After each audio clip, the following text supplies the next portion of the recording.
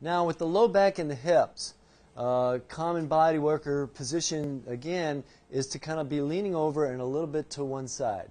So what muscle is going to work to hold me up? Obliques and what? Quadratus lumborum, yes. Whatever side it is that you work the most on, that opposite quadratus lumborum, I can guarantee, is going to be tight on you. That makes a lot of sense, because it does make a lot of sense. I said it. I do. Well, because I do a lot of my work on my right side. Yeah. And my quadratus lumborum. So you do a lot of work on your right side, and your left quadratus lumborum is the one that tightens up the most. Yeah, I mean, something's got to hold everything up, right? And what's one of the main actions of the quadratus lumborum? Lateral flexion of the spine, right?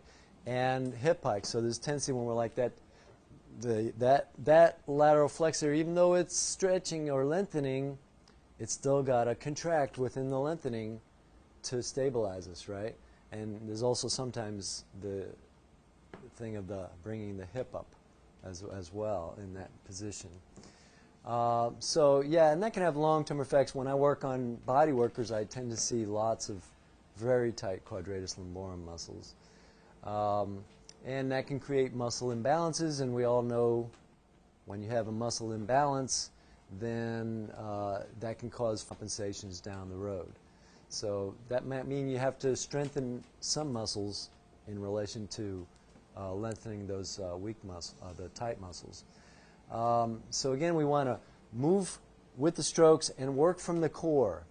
I think that's really key, is working from the core, working from that center, or dantian. But the bottom line is, if you're in this position a lot during the course of the day, you will stress your back as well as your neck. In the meantime, this is all getting shortened in here too, in the abdominal iliopsoas area as well. So you often find massage therapists that are tight up in through here. So here's our quadratus lumborum, and that's the one that when we're leaning like that, even a little bit, that can get really, really, really tight on lots of people. It is tight on a lot of people, and we are going to be diving into the QL today. Yes, indeed. But also the iliopsoas muscles can get tight just from that constant leaning at the waist there.